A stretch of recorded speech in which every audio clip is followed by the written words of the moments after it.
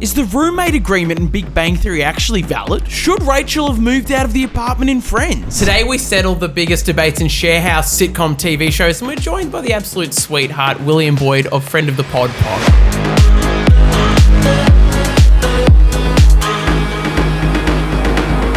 We start today with Friends. One of the largest gripes was that Monica asked Rachel to move out because she wanted her boyfriend Chandler to move in. When I said that Chandler and I wanted to live together, we meant alone together.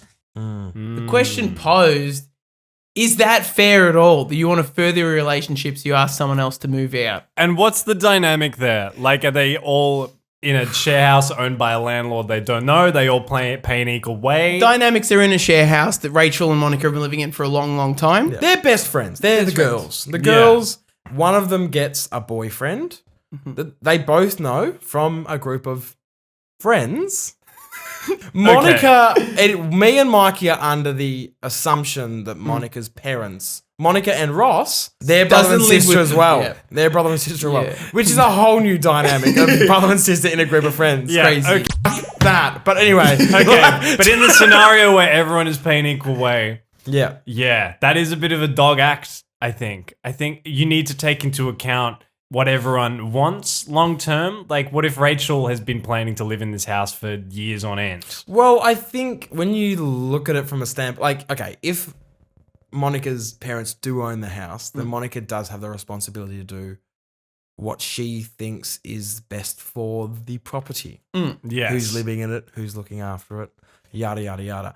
But I think that's too much diving into the situation. The situation is they're just best friends and one of them has done what the other one thinks is a dog move by asking them to move out so her boyfriend can move in. Yeah. Which is wild because I'm currently kind of in that situation, but I haven't been asked to move out. My housemate's moved his partner in, but there wasn't any rumblings of me moving out, but I'm moving out of my own accord. But I think I would feel slighted if I was asked to move out. It would hurt a little. Yeah. It would hurt. But do you really want to be living with, are they a new couple or like a... They're a long-standing couple. Okay, so... And I'm enjoying living with them now. They're in a couple of years' time, they're like staring down the barrel of they do want you out of the house. I thought about this, and it's kind of similar, which we'll get to later, but it's kind of similar to Marshall, Lily, and Ted in How I Met Your Mother. How I Met Your Mother. In the friend situation, if the fact that she has asked her friend to move out, I think you could do that. You just have to deal with the ramifications of feeling slighted and dogged, because that's a wild thing to bring up. I think I'll also revoke my feeling slighted with a slight change there, in that I'd feel mad if it was short notice. If it was, hey, you've got a month, especially in this market in Melbourne, I'd be mad. But if they said, in 6 months' time, I need you to move out because I want to move in with my partner and start our life together, I'd go, 6 months is a bunch of time for me to look. That's fair. That's a fair thing. And I think because it's also Lockie's home, there is more like, he's kind of the authority of what happens with the house. But if you're looking at Monica and Rachel paying equal way, I think you need to take into account the leases they're on and maybe mention way in advance, when this lease is up, I'm thinking of moving in with my boyfriend or whatever. And whether that's finding a new place or being like, we actually want it to be here. How do you feel about that? So in terms of the friends situation, I think if your parent owns the home that you're living in, then you have that you have more responsibility than the other people in the house. Like, you just know that. It's your home. So you've got it. There's a sense of maturity and dignity you have to have with that responsibility of, I'd be interested to ask you, like, how did your friend sit you down, Lockie? Well, I was going to move out anyways. Okay, right. But I was asked. They were still really kind enough to say, hey, would Liv be able to move in? And it's their home. Yeah, which I think's fair. Like, that's totally fair. And you know that's what you're entering when you enter that situation. So if that is the situation that Rachel was in, then have a cry about it. Like, especially if you're getting older as well. If you're getting older, they're all 30. Like, what does she expect? What does she actually expect? Living with the girl's whole life sounds like a good gambit. Come on, Jennifer. Get it together. Well, I think this moves us on well into How I Met Your Mother. The big gripe here is quite slightly different. We're kind of detouring here. At one stage, it's a running joke in the show, Ted is present when Marshall and Lily are having sex in a bunk bed. It was amazing. Yeah. Want to do it again? Please don't. Yeah. Now, I think we can all agree, no doing that when you're on a bunk bed. Because as they said in the show, we live in a society, no sex on a bunk bed. Like, Well, we're someone better than that. else's- We're adults. yeah. And in that moment, someone was above or below, present in the room. Ted was, I believe, above, and the two of them were below. So as Oh, the bottom no. moved, the top moved. No, I think Ted's on the bottom and they're on the top. Aren't they? Either way. Either way, there is movement that takes. So I think we can agree that that's wrong. But Yeah. I would say sex in the same room is when wrong. was the last time you were on a bunk bed? That's what I want to ask you. When I was a boy, sharing Really? with my brother. Yeah, we shared So a bunk I was in bed. I'm bunk bedding it all the time, baby. Like I live that bunk bed life. Like, Oh, in Japan, actually, I did also bunk but bed. I had a fond memory of a bunk bed like a year and a half ago in Sydney at a hostel with my comedy partner. Yeah. And I got bottom, he got top. And we just joke about ever since. It genuinely felt like if one of us rolled over, it felt like they were just taking the piss and just like flopping around. Like every bolt in this bunk bed was so loose, the thing would shift. Like the mattress would like jump up and down. It was wild. So to imagine having sex above or below me in that situation is appalling. Like It's you earthquake. never So rude. It's worse. It's like 6 on the Richter scale. Like, yeah, worse. That is the volcano. That's like ground zero. Like it would be horrible. So big no-go. big no. So let's Big wind no. it back then. In the house, when you're share housing with somebody, what's the system in place to have intercourse with your partner or a fling? How do you let the other person know? How do you give each other space? I have no idea. So I've lived Okay. by myself for 3 years. But Gotcha. I'm in a month's time and moving in with a mate. Okay. So I will be asking questions here, but you boys both have partners and housemates. Yes. So Yeah. explain to me, gentlemen, how does if you're in the bedroom and the door is shut, no matter what is going on behind the bedroom door, it's like, oh, they're having private coupley time. Probably shouldn't go near that. The big takeaway here is it's not really a spoken rule, more of Yeah. an unspoken thing. I've never had the conversation of, hey, my Neither. partner's over, blah. It's often just if you were to knock on my door, I'd be mad. A text message being shot is probably the smartest way to do it, because then if it's no response, then just pipe down for a little bit. Yeah, I think it rarely is a spoken rule as well. So that's a good system, the text system. William. Okay, Here so we go. we're working under the presumption that you know your housemates are home and you're being respectful with the noise. Yes. So noise and Noise is a whole other thing. well, yeah, We'll get there. We should. noise and movement is somewhat covered Yeah. in a situation. Respect is covered because you know someone's home. Mm-hmm. Now I pitch you a story. Please. So when I was at uni, my housemate came back from her parents' house in Melbourne because she was seeing a gentleman caller in Ballarat. And so she didn't have all her personal belongings with her, such as phone charger, laptop, those sort of items. I was working at Coles that night and I knew she was having a boy over.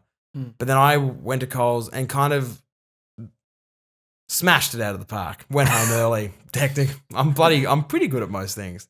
And so I got home early and they're mid adult time. Sure. moment. Yeah. They're having Natural. fun. Natural. So I go to my bedroom. It's 11 p.m. at night, right? I go to my bedroom. She doesn't know I'm home because she's assumed I'm at work, Yes. but she's still not taking any accounts and any measures in terms of noise and movement. So that's the first one. Yep. So I know exactly what's going on in that room. Yes. That I share. You're like a I bat. share. Yeah, with I sonar. share a wall with. So I'm like shivering under the covers. My phone's gone flat, and I don't have my phone charger because she's forgotten hers and has taken my phone charger. So I can't play music. So then I go, I'll play some PlayStation. Go. She's taken my HDMI cord out of the back of the PlayStation so she could play a movie in her bedroom. So I'm stuck in my bedroom with nothing to make noise so I can drown out what's going on next to Oh my me. God. But she doesn't know I'm home. Surely you can hear the door. Nah, it was downstairs, so she wouldn't have known. Gotcha. Well, yeah, my suggestion was going to be either, in maybe someone else's situation when you get home, like really slam the door. So it's, well, not Yeah. like, Stomp, I'm home! I love coming home! I'm the fastest at Coles ever. not a I'm slam. pretty good at most things. But like the general I'm home, coming. like ching on the door. And even you could apply that to your bedroom door. Stomp up maybe. the stairs a little. Just But- a loud. Tis, it's good to be home. Or what? Just a big toilet. flush, Home you know? sweet home. Peace and quiet at last. A house of God. Yeah, so that, like, do I have a right then to be a little bit upset? Because I felt like I didn't. Well, yeah, there was because I property theft. I said she could take those things. It's a lot of things, though, man. But they Do would you go back to Coles and get They- your own HDMI cable Yeah, and then bill it to just the other shelf one? it off the. But like she assumed, and so did I assume that I was going to be home later. Those things were going to be returned at a later time once the boy had left. fair assumption. Yeah. I will add, though, they should then assume, we should all assume, that someone will come in at any moment. You should always be on edge a little bit if you're in a share house. So I think got to keep noise to a minimum. That's if you where- know your housemates are out of the house That's forever, why I felt then fine. being upset was warranted because I was like, Yes, yeah. you can't like. It was taking the piss. Without the carry on, please. Yeah. No one's having that good of a time. No one's and like this is one thing I did get upset about this after a year of living with her, 2 years of living with her, which was her bed like head wasn't fixed to the bed base.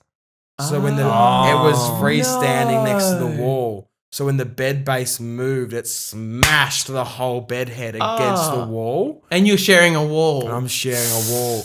So I brother in Christ, But then I that's went to tough. Bunnings and got like this 20 zip ties and some gaff. I fixed that up. You can fix anything Because I was like, this literally. literally this is paying myself back. Like, Yeah. And it's like, I think it is fair for you to be upset.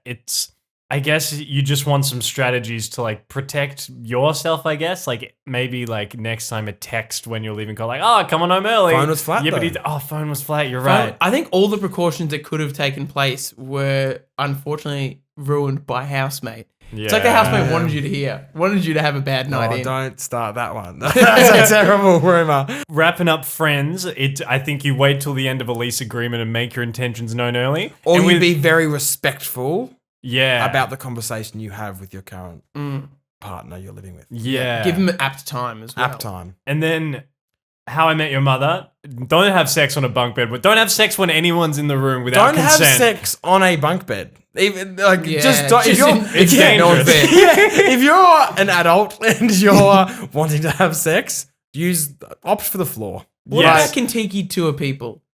Opt for the It's, for the you beach. still, if you're gonna have sex in the Beach is a same big room with place, not someone, a shadowy area. you got to get consent from other people in the room. Yeah, and in the Yeah. house, I think keeping noise to a minimum if you can. And if Yeah. not, well, kudos to you, but rent a hotel. Hey, play that big Yeah. music or something. I don't know. Now, to move on to the Big Bang Theory, where there is a proposed roommate agreement from Sheldon. I didn't just move in. First, we had to iron out a few details. Roommates agree that Friday nights shall be reserved for watching Joss Whedon's brilliant new series, Firefly. So the Big Bang Theory, obviously Sheldon is a weirdo. Bit of a weirdo. A lovable weirdo. We all love him. Eccentric man, yeah. Eccentric man. But he's a bit of a weirdo.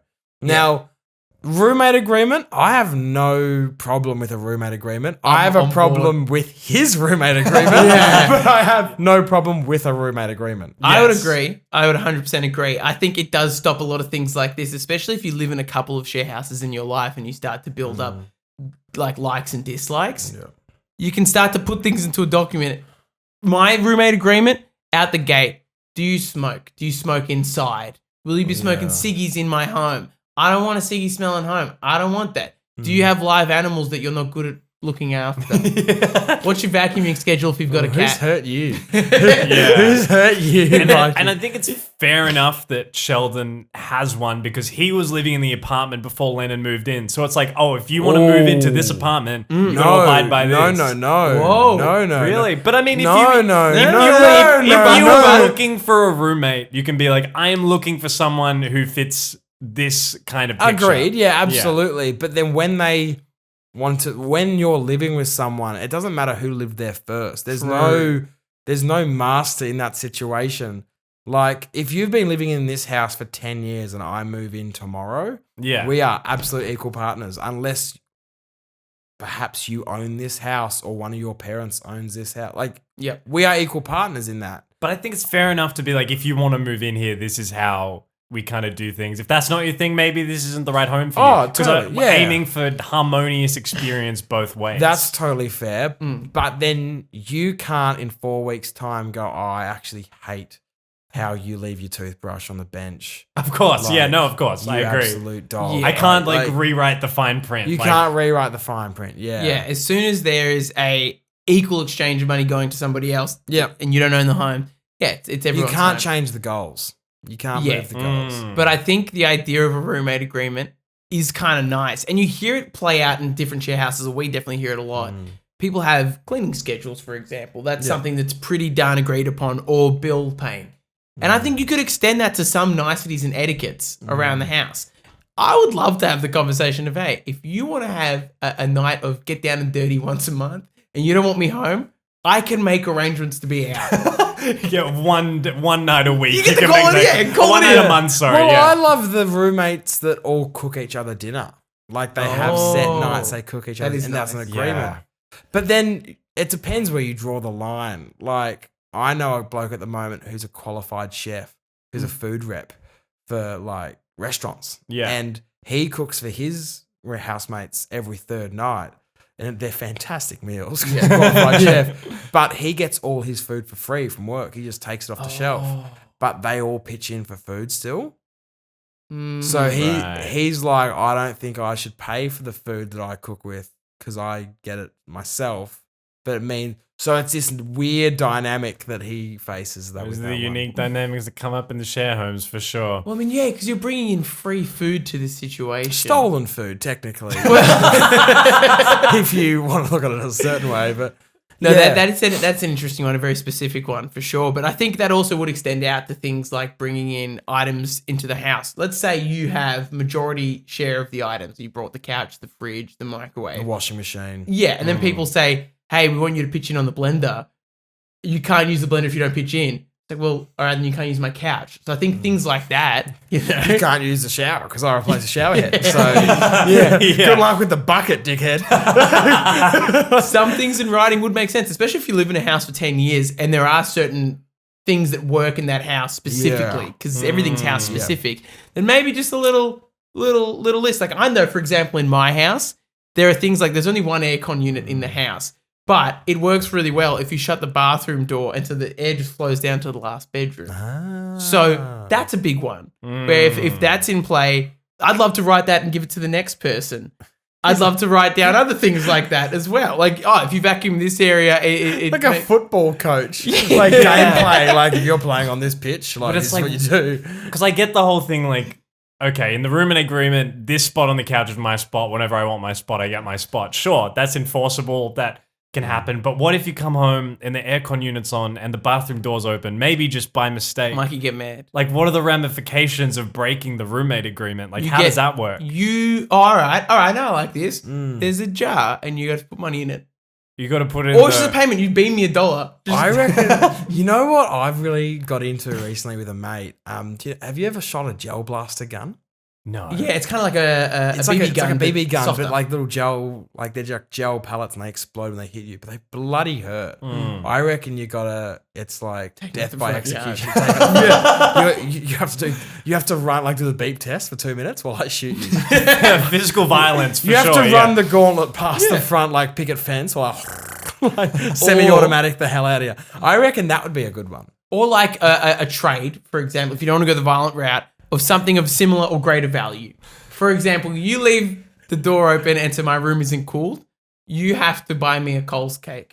I feel like that's on similar values. A mud cake? Coles mud cake, the best one. $2.50, absolutely. No, they're actually $6.40. $6.40. Yeah. Whoa, someone's done their brush up on their Coles. You know if you watch the Share House. Yeah, I know. Save, feed your family for under $10. Clever concept, boys. That's last year's content. Leave it alone. I think that's a fair exchange, you know, or a pack of ramen noodles. You know, like there's little things that you know would win me over in my good graces. And for most of the time, this rule in my house is very much looked after and is great. I reckon you got to spin the wheel. Maybe you make it a game. That's fun. Where you have a spin the wheel, like all the shitty jobs that aren't done every week in the household, they're up on a wheel. Yeah. And every time you f up, you have to spin the wheel. So I was like, clean the fridge out. Like, I like Clean out the the idea of oven. gamification. yeah, clean the gutters. Like, just real horrid jobs. I really like that. 'Cause it makes it fun, makes the roommate agreement a bit more of an interactive game that suits everybody. It's not Yeah. favoring one Exactly. person. Yeah, that's funny. It's like, oh, So yeah, sure, have a roommate agreement, but also have a contingency plan for when rules are broken, because they will be broken, especially if you get down to the ultra specifics, like aircon and bathroom door, or like only brush your teeth twice a day. I don't know, just whatever it says in there. Like, it's gonna get broken if it gets too specific. me and my old housemate used to do a long neck of beer. If one of us had like stuffed up and it like pissed off the other, we knew that and felt bad, we'd buy the other person a long neck. And that would be that. that would be the peace offering. That's That's great. nice. Oh, I really like And then that. it was up to the person that would always accept the long neck. But it was up to the person accepting the long neck whether or not they wanted to have a chat whilst they drank it. Yeah. Ah, that's nice. But sometimes you're like, no, I'll just drink this by myself. It's like, yeah, Yeah. cool. And then half an hour later, you just like hug and make up. Beautiful. Yeah, that worked well. I didn't know where that was really going, and I'm nice. glad it went there. I thought it was, hey, if you goof up, you've got to absolutely slam a long neck in front of me and then apologize afterwards. Turns to a drinking game. I was like, wow, we're just fostering alcoholism. Well, I think we've well analyzed these sitcom TV show gripes, and I think a lot of them are applicable in homes. Yes, Yeah. we've done very well. Yeah. And show of the writers that have written these shows, Joel, you should go watch a couple of them. Yeah, maybe I should. Will, please plug everything that you are a part of and everything you're doing. Plug that I'm doing. Plug what I'm doing. I do a podcast called Friend of the Pod with myself and Connor Conk Daryl. Has he already been on this podcast? Yes, It's and been I believe published? I might even have been on the podcast. Yes, you're coming on, Mikey. Joel's been on it. And he I was know, like, Joel's been on it! he was wonderful. I know he We was. talked about Freddy Krueger. I had fun takes. Yeah, I could do accents. Oh, I'm a British man. We will get Mikey on the podcast. So yeah, that's what I do. My podcast, Friend of the Pod.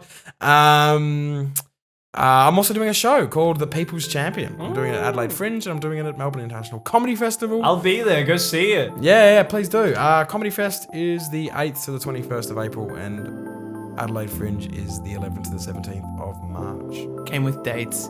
Yeah, done. that's I've well spent a lot of prepped. money to get those dates, so it would be foolish to forget them. Thank you, William Boyd, for coming Thanks in. for having me. And make sure you tell someone you love them today. Bye. Goodbye.